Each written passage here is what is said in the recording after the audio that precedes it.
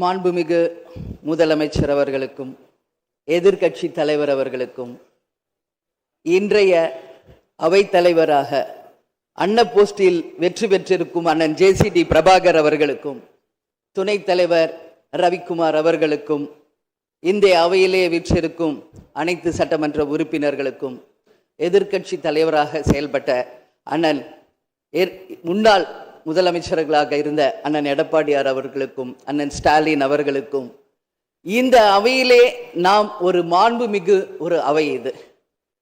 இந்த தமிழ்நாட்டின் வரலாறை இந்த மாண்புமிகு இந்த வளாகத்திலே மிக சிறந்த முறையிலே ஆட்சி செய்த நம்மளுடைய முன்னாள் முதல்வர்கள் இங்க நம்ம சுத்தி இருக்கின்ற அந்த புகைப்படங்களே அதற்கான சாட்சி. அந்த மாண்பும் மரபும் இமியளவும் மாறாமல் அண்ணன் JCD பிரபாகர் அவர்கள் அவைத்தலைவராக நடுநிலையோடு இருந்து ஒரு தராசு போல இந்த அவைக்கு அத்தனை பேருக்கும் சரிசமமான வாய்ப்பை கொடுத்து அத்தனை பேரையுமே ஆணாக இருந்தாலும் இந்த அவைக்கு அன்னையாக இருந்து அனைவருக்கும் சமமான வாய்ப்பை தர வேண்டும் என்று இந்த புனிதமான அவையிலே அவரை நான் அன்போடு கேட்டுக்கொள்கிறேன்.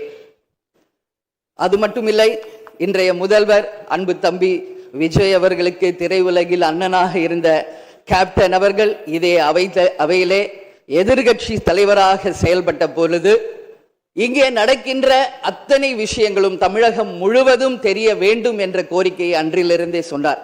அதனால அந்த விஷயத்திலும் நடுநிலையோடு இருந்து ஆளுங்கட்சி சைடு மட்டும் கேமரா போக்கஸ் பண்ணாம சட்டமன்றத்தில் நடக்கும் அத்தனை நிகழ்வுகளையும் நேரலையில் தமிழக மக்கள் அனைவரும் தெரிந்து கொள்ள வகையில அந்த சரிசமமான ஒரு வாய்ப்பை ஏற்படுத்தி தர வேண்டும் என்பதை இந்த நேரத்திலே நான் கேட்டுக்கொள்கிறேன்.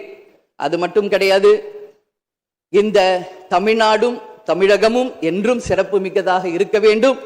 எனவே என்னுடைய முதல் கோரிக்கை, இனிமேல் தமிழ்நாட்டில் நடக்கும் அத்தனை நிகழ்வுகளிலும் நமது தமிழ் தாய் வாழ்த்துக்கு முதல் இடத்தை கொடுத்து பிறகு மற்ற மொழிகளுக்கு முக்கியத்துவம் தர வேண்டும் என்பதை இந்த நேரத்தில் நான் ஒரு கோரிக்கையாக இந்த அவையில் வைக்க கடமைப்பட்டிருக்கிறேன்.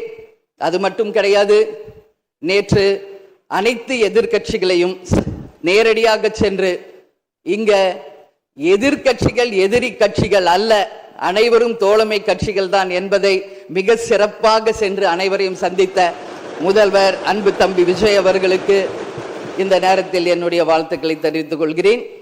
அது மட்டுமில்ல, இந்த அவை தமிழ்நாட்டுக்கும் தமிழக மக்களுக்கும் நீதியையும் நேர்மையும் நிலைநாட்ட வேண்டும் என்பதையும் இந்த நேரத்தில் தெரிவித்துக் கொண்டு, நாளை நடக்க இருக்கும் பெரும்பான்மையில் வெற்றி பெற்று அன்பு தம்பி விஜய் அவர்கள் மிக சிறப்பாக நம் நாட்டிற்கு பணியாற்ற வேண்டும் என்பதை இந்த நேரத்தில் நான் தெரிவித்துக் கொள்கிறேன்.